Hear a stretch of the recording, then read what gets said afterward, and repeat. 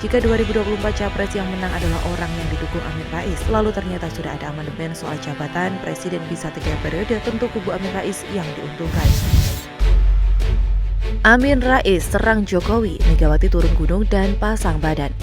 Ditulis oleh Ayas dari siwa.com. Seperti yang kita sudah ketahui bersama bahwa dalam politik, politisi bisa menjadi kawan sekaligus menjadi lawan bagi politisi lain. Baik Megawati maupun Amin Rais sama-sama politisi. Oleh sebab itu, keduanya pernah jadi kawan, pernah juga jadi lawan. Tergantung kepentingannya bagaimana. Pada tahun 1998, Amin Rais berkawan dengan Megawati, konon atas dasar kesamaan cita-cita, yaitu ingin menciptakan masyarakat yang adil dan makmur. Namun pada tahun 1999 saat PDIP menjadi partai pemenang pemilu, Amin Rais menginisiasi terbentuknya koalisi poros tengah dan mendukung Gus Dur jadi presiden. Pada Desember 2020, Amin Rais mulai tegas menarik dukungannya untuk Gus Dur. Sejak itu, Amin Rais mencoba mengalihkan dukungannya kepada Megawati. Amin Rais makin dekat dengan Megawati ketika PAN resmi mendukung Megawati pada April 2001, beberapa bulan sebelum sidang istimewa MPR yang melengsarkan Gus Dur digelar. Sejak saat itu sampai sekarang, hubungan Megawati dan Amin Rais cenderung surut. Lebih-lebih ketika PDIP menjadi partai pemenang pemilu, serta mengusung Jokowi menjadi Capres 2014. Amin Rais adalah politisi yang paling benci kepada Jokowi, mungkin karena merasa tersaingi. Dia mungkin merasa lebih senior dan sudah seharusnya dia yang lebih banyak menjadi presiden. Megawati nampaknya sudah paham dengan rekam jejak Amin Rais yang merupakan politisi cukup licik. Oleh sebab itu, Megawati merasa perlu pasang badan untuk melindungi Jokowi dari serangkaian Amin Rais. Bagaimanapun juga, Jokowi adalah kader terbaik PDIP. Berkat Jokowi, PDIP kembali menjadi partai pemenang pemilu. Namun Megawati nampaknya cukup santai dan tidak gegabah dalam menghadapi Amin Rais. Jika serangan Amin Rais tidak terlalu membahayakan Jokowi, Megawati tidak akan keluar dan turun gunung. Tapi jika serangan Amin Rais cukup membahayakan Jokowi, Megawati akan keluar dan turun gunung pasang badan buat melindungi Jokowi dari serangan Amin Rais. Undang-undang dasar agar jabatan presiden bisa 3 periode sangat berbahaya. Bagi pendukung Jokowi, wacana ini bisa membuat mereka girang dan akhirnya mendorong adanya amandemen UUD. Sedangkan bagi pembenci Jokowi, isu ini akan semakin membuat mereka menghina Jokowi secara keji. Baik Jokowi, Megawati, PDIP tak pernah sekalipun mewacanakan amandemen UUD. Mereka akan berusaha keras untuk tidak mencoba mengotak-atik UUD. Jokowi berkali-kali menegaskan bahwa wacana amandemen UUD agar jabatan presiden bisa 3 periode sama saja menampar wajahnya. Karena dirasa serangan Amin Rais kali ini cukup berbahaya, akhirnya Megawati turun gunung dan melakukan serangan balik ke Amin Rais.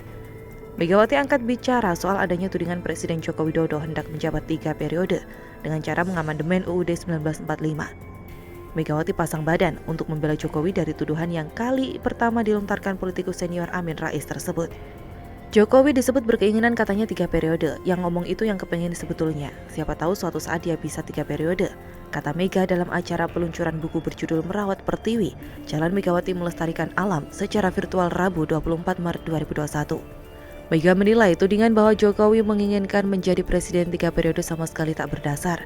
Pasalnya, kata Mega, aturan main tentang periode kepemimpinan presiden sudah ada diatur dalam konstitusi maupun undang-undang.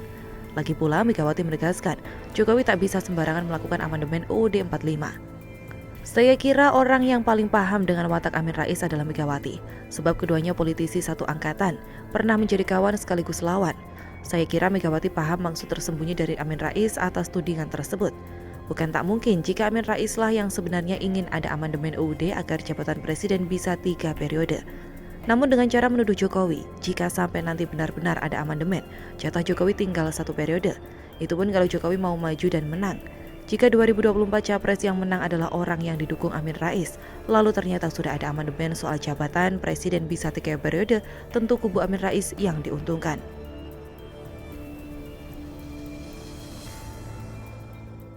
Maka tak salah setelah keluar penjara, Tuhan angkat derajat Ahok sebagai komut Pertamina. Berbeda dengan Rizik kelak yang mungkin akan menghabiskan akhir hayatnya di balik jeruji besi dan sadar. Beda kelas Ahok dan Rizik di pengadilan, bukti akhlak mantan gubernur di atas Habib. Ditulis oleh Niha Alif dari siwa.com. Mungkin orang-orang lupa kalau Rizik pernah dipenjara saat zaman SBY, karena saat itu nama pimpinan ex-ormas preman belum setenar saat ini. Namanya melambung tinggi justru saat ia berhasil menjebloskan Ahok ke penjara dengan tuduhan menista agama. Berbekal cuplikan video dengan caption editan dari Buniani dan dukungan kekuatan Cendana dan Cikeas, ex-FPI berasa di atas awan. Mereka yang kelaparan karena tak bisa menjarah APBD di era Ahok harus merasakan berbuka puasa plus bonus kepemimpinan Ahok. Akibatnya Jakarta yang dibangun susah payah di era Jokowi Ahok harus dirusak dalam hitungan hari, bulan dan tahun. Kemegahan ibu kota tak tampak lagi, hanya tersisa ide gila seperti genting warna-warni, batu brojong, museum unfaedah dan lain sebagainya. Belum lagi bicara soal anggaran-anggaran yang bermasalah, hingga korupsi besar-besaran untuk proyek andalannya. FPI tentu tak peduli dengan itu semua. Bagi mereka yang penting anggaran untuk ormas mengalir deras. Mau Jakarta banjir berminggu-minggu, bodoh amat. Kini kita lihat kondisi mereka sangat terbalik setelah Ahok berhasil dijebloskan. Awalnya HTI dulu yang kena getah dengan dibubarkan, lalu lanjut beberapa kasus menimpa Rizik. Dia memang bisa menghindar saat kasus penghinaan Pancasila, fitnah logo Palu Arit hingga penghinaan Hansip dan Kapolda. Tapi ternyata tak berkutik saat berhadapan dengan kasus chat mesum bersama Firza. Inilah makanya kabur ke Arab Saudi berkedok umroh menjadi jalan ninja terakhirnya. Tanpa banyak orang menyadari, nyatanya Rizik hanya manusia biasa yang suatu saat bisa terperosok dalam lembah dosa. Tak dinyana mulutnya yang kerap menghina Ahok ternyata bertujuan menutup aib sendiri. Ironisnya setelah kasusnya ditutup, Rizik dengan pongah membuat kasus baru saat pandemi, melakukan kerumunan saat PSBB, bahkan berbohong dan menyembunyikan status positif COVID dirinya. Atas kepongahan Rizik, kini kita saksikan dirinya harus merasakan dinginnya jeruji besi. Masa tua yang harusnya ia nikmati di rumah malah harus dihabiskan di tahanan, termasuk menantunya yang tak lama dinikahkan. FPI dibubarkan, lahan disita dan rekening dibekukan. Dengan semua itu harusnya Rizik tak bisa lagi teriak-teriak, tapi nyatanya ia masih saja menggunakan tameng agama. Sangat berbanding jauh dengan sikap Ahok saat menghadapi fitnah menistakan agama. Hukuman yang diterima Ahok juga sangat terkesan dipaksakan. Tapi ia tidak sedikit pun berontak dan mencaci negara, bahkan Ahok tak mau mengajukan banding. Kita masih ingat betapa Ahok memuliakan hukum di negara ini. Dirinya mendatangi kepolisian saat heboh kasusnya hanya untuk klarifikasi dan meminta maaf, padahal saat itu belum ada pemanggilan pada dirinya. Berbeda jauh dengan Rizik yang enggan mendatangi pemanggilan polisi beberapa kali, hingga akhirnya 6 nyawa pengikutnya harus dikorbankan demi menutupi sikap pecundang sang imam. Saat dihadapkan dalam persidangan, Ahok tak sedikit pun mencaci maki jaksa maupun hakim. Meski saat persidangan dirinya sempat beberapa kali emosi lantaran fatwa sesat MUI, Ahok hanya mengatakan sumpah pada Tuhan bahwa siapa yang menzalimi dirinya maka yang dilawan adalah Tuhan, dan satu persatu akan dipermalukan. Tampaknya Rizik tengah menghadapi sumpah Ahok, dirinya tanpa sadar mempermalukan diri sendiri dengan menekan pengadilan.